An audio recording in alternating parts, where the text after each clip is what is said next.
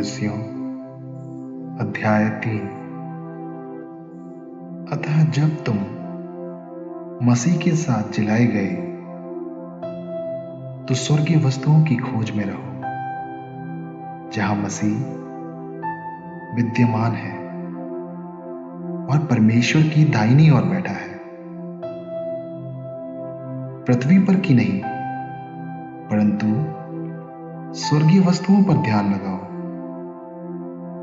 क्योंकि तुम मर गए और तुम्हारा जीवन मसीह के साथ परमेश्वर में छिपा हुआ है।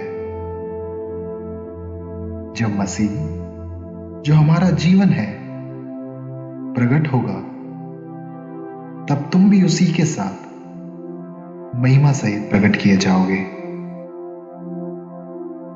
इसलिए अपने उन अंगों को मार डालो जो पृथ्वी पर है, अर्थात व्यभिचार, अशुद्धता, दुष्कामना, बुरी लालसा और लोभ को, जो मूर्ति पूजा के बराबर है।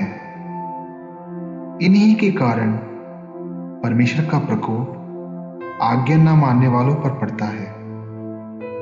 और तुम भी जब इन बुराइयों में जीवन बिताते थे तो इन्हीं के अनुसार चलते थे, पर अब तुम भी इन सब को, अर्थात क्रोध, रोष, वैरभाव, निंदा और मुंह से गालियां बकना, ये सब बातें छोड़ दो। एक दूसरे से झूठ मत बोलो, क्योंकि तुमने पुराने मनुष्यत्व को उसके कामों सहित उतार डाला है और नए मनुष्यत्व को पहन लिया है, जो अपने सृजनहार के स्वरूप के अनुसार ज्ञान प्राप्त करने के लिए नया बनता जाता है।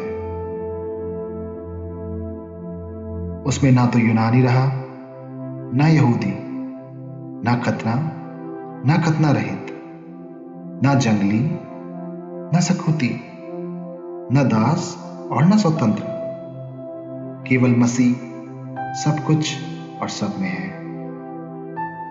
इसलिए परमेश्वर के चुने हुओं के समान, जो पवित्र और प्रिय हैं, बड़ी करुणा और भलाई और दीनता और नम्रता और सहनशीलता धारण करो।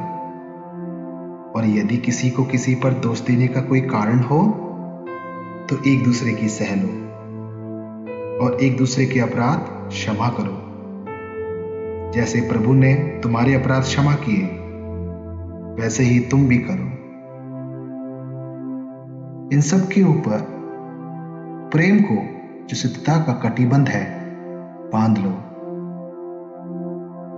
मसीह की शांति, जिसके लिए तुम एक देह होकर बुलाए भी गए हो, तुम्हारे हृदय में राज करे और तुम धन्यवादी बने रहो।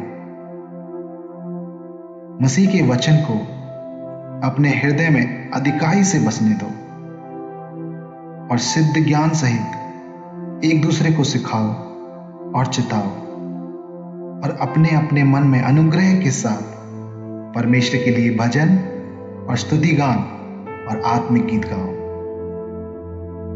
वचन में, ये काम में, जो कुछ भी करो, सब प्रभु यीशु के नाम से करो और उसके द्वारा परमेश्वर पिता का धन्यवाद करो।